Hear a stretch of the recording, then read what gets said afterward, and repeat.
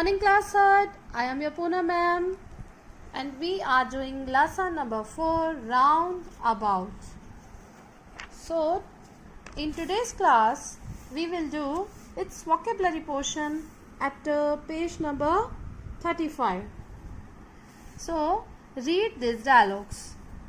But if they say we may not go, we will stay upon the ground. So students, the highlighted words given above have opposite meanings. Such words with opposite meanings are called each other's antonyms.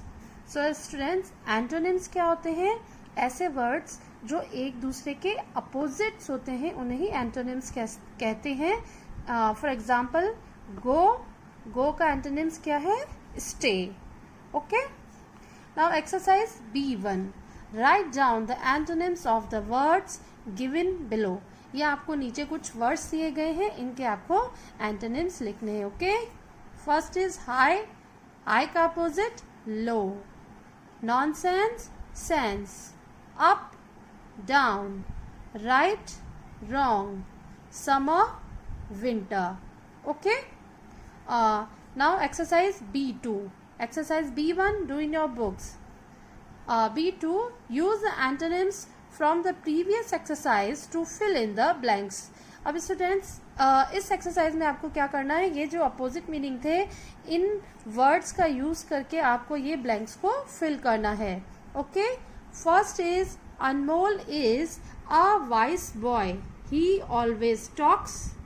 सो इसमें आप क्या fill कर सकते हैं, इन words में से आपको लेना है.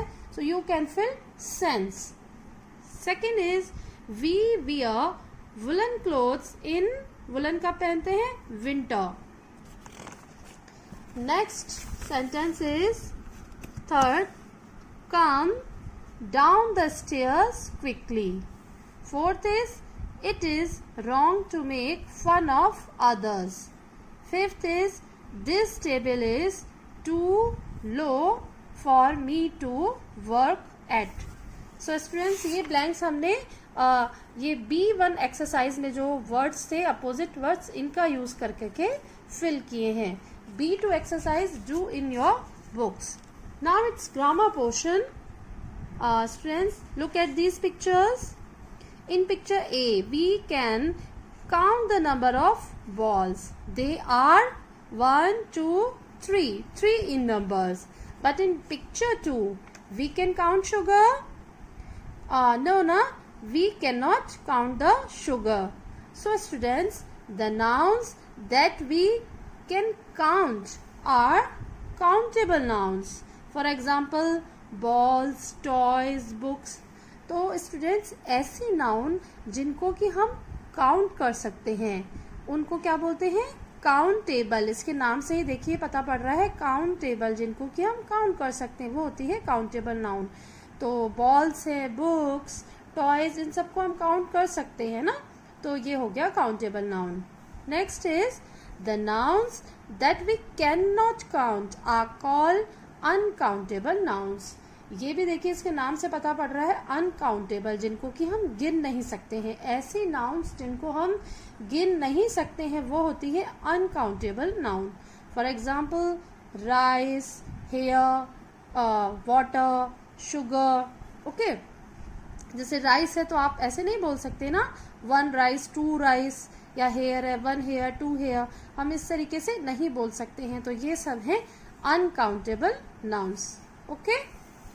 Now, countable nouns may be singular or plural, but uncountable nouns are always singular and we cannot use a or an with them. जो countable noun है वो 1 भी हो सकती है और more than 1 भी हो सकती है. जैसे बॉल है, 1 बॉल है आपने बोला a बॉल, ज़्यादा है आपने बोल दिया balls. ओके.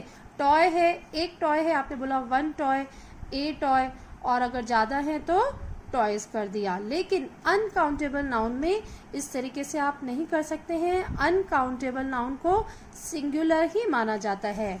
जैसे कि शुगर है, राइस है, तो आप ए इसके आगे यूज नहीं कर सकते ना.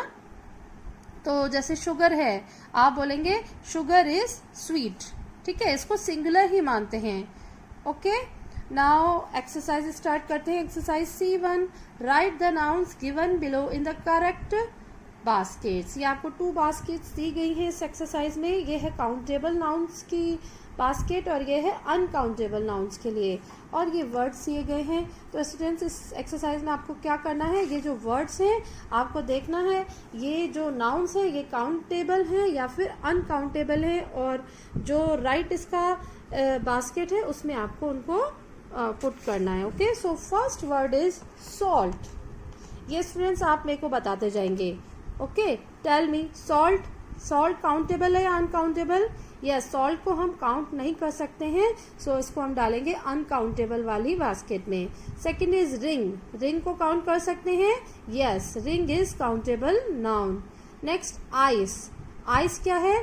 बर्फ. बर्फ को हम कैसे गिन सकते हैं? बर्फ के लिए नहीं बोल सकते 1 बर्फ 2 बर्फ.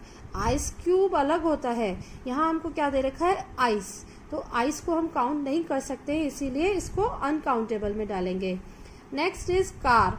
कार को काउंट किया जा सकता है? ऑफ कोर्स, कार को हम काउंट कर सकते हैं, तो कार को किस में डालेंगे? काउंटेबल वाले में. Next coffee. कॉफी अनकाउंटेबल है, कॉफी को हम नहीं काउंट कर सकते हैं. Next watch. वॉच को काउंट किया जा सकता है, तो आप काउंटेबल वाली बास्केट में डालेंगे. Next word is flour. Flour को आप काउंट कर सकते हैं? नो ना, तो this is uncountable noun. Next table. Table countable. Next bag. Bag is also countable. Then milk. Milk है अनकाउंटेबल नाउन, क्योंकि आप मिल्क को काउंट नहीं कर सकते हैं. Okay, so students, this exercise completed. Exercise C1. Now exercise C2. Look around your classroom and school. Write down the names of various objects and say if they are countable or uncountable. तो students, इस exercise में आपको क्या करना है, आपके classroom के, आपके स्कूल के चारों तरफ जो कुछ चीज़ें हैं उनको आपको ऑब्जर्व करना है और देखना है कि वो काउंटेबल हैं या अनकाउंटेबल हैं. स्टूडेंट्स, यहाँ पे मैंने 4 ऑब्जेक्ट्स के नाम लिखे हैं. आप और कोई ऑब्जेक्ट ऑब्जर्व करते हैं तो आप उसका नाम भी लिख सकते हैं. जैसे है black board. Black board is countable noun. Books. Books are countable. trees are countable. bus is countable. students are countable. so in this way, और भी आप कोई चीज ऑब्जर्व करते हैं तो उसको आप इस एक्सरसाइज में दे सकते हैं और उसके आगे लिखेंगे कि वो काउंटेबल है या uncountable. Okay, so students, exercise C1 and C2 do in your books. now it's pronunciation portion. exercise D1. Read this word allowed. यहाँ पे आपको स्टूडेंट्स कुछ वर्ड्स दिए गए हैं, इनको आपको मेरे साथ रीड करना है. First word is bread, dad, feather, ahead, already, heaven. So आपने क्या देखा students? In the above words, the letter E-A give a short E sound. इसमें short E की आवाज आ रही है. ओके, तो इसको D1 एक्सरसाइज को आपको बुक या नोटबुक में नहीं करना है. Next exercise D2, fill in the blanks with the correct words from the box. ये आपको बॉक्स दिया गया है और नीचे ये ब्लैंक्स दिए गए हैं, तो इन ब्लैंक्स को आपको फिल करना है इस बॉक्स की हेल्प से. Okay, first sentence is come quickly, it's a time. तो आप क्या फिल करेंगे इनमें से? It's breakfast time. Okay, second is this is very beautiful. तो आप फिल करेंगे bed spread. Bed spread means bedsheet बोल सकते हैं आप उसको. तो this bed spread is very beautiful. Next is why don't you study instead of talking. Okay, instead means उसकी जगह पे, कि आप बातें करने की जगह पे पढ़ाई क्यों नहीं करते हैं. इंस्टीड मीन्स इसकी जगह पे. Okay, fourth is are you ready to play cricket. Next, fifth is he suffered a head injury in the accident. Okay, this is very simple exercise. So D2 exercise do in your books. Now next exercise E. This is for listening and speaking. And F1 exercise. Yes, this is composition portion. Now we will do exercise F1. इसमें आपको क्या करना है? Ashok wrote a thank you note to his friend John for gifting him a book on his birthday. Read Ashok's thank you note. तो इस वाली exercise में आपको क्या दे रखा है कि जो अशोक है उसने अपने फ्रेंड को एक थैंक यू नोट लिखा है. उसके फ्रेंड का क्या नाम है? जॉन है. क्यों लिखा है थैंक यू नोट? कि जो जॉन है उसने अशोक के बर्थडे पे एक बुक गिफ्ट में दी थी, तो उसके लिए थैंक यू नोट लिखना है अशोक को. तो ये आपको इस तरीके से ये नोट बना हुआ दिया है, ये आपको अपनी नोटबुक में करना है. ओके, देखिए फर्स्ट आपको दे रखा है डियर जॉन. यहाँ पे ऊपर किसका नाम आता है? ऊपर जिसको आप लेटर लिख रहे हैं उसका नाम आता है. ओके, और नीचे जो लेटर को लिख रहा है उसका नाम आता है. तो यहाँ पे किसका नाम आएगा? जिसको आप लेटर सेंड कर रहे हैं. और यहाँ पे जो उस लेटर का सेंडर है, जो उसको भेज रहा है, उसका नाम आएगा. ठीक है, बीच में अब आपको क्या करना है? नोट डालना है, उसको थैंक यू बोलना है ना. तो आप किस तरीके से लिख सकते हैं? Thank you for the book you gifted me on my birthday. आपने जो मेरे बर्थडे पे बुक गिफ्ट की उसके लिए thank you. It has very interesting stories with lots of pictures. इसमें बहुत ही इंटरेस्टिंग स्टोरीज हैं और क्या है? लॉट्स ऑफ पिक्चर्स, बहुत सारी इसमें पिक्चर्स भी हैं. I have already read it and I loved it. मैं इसको पहले से ही पढ़ चुका हूँ और मेरे को ये बहुत अच्छी लगी.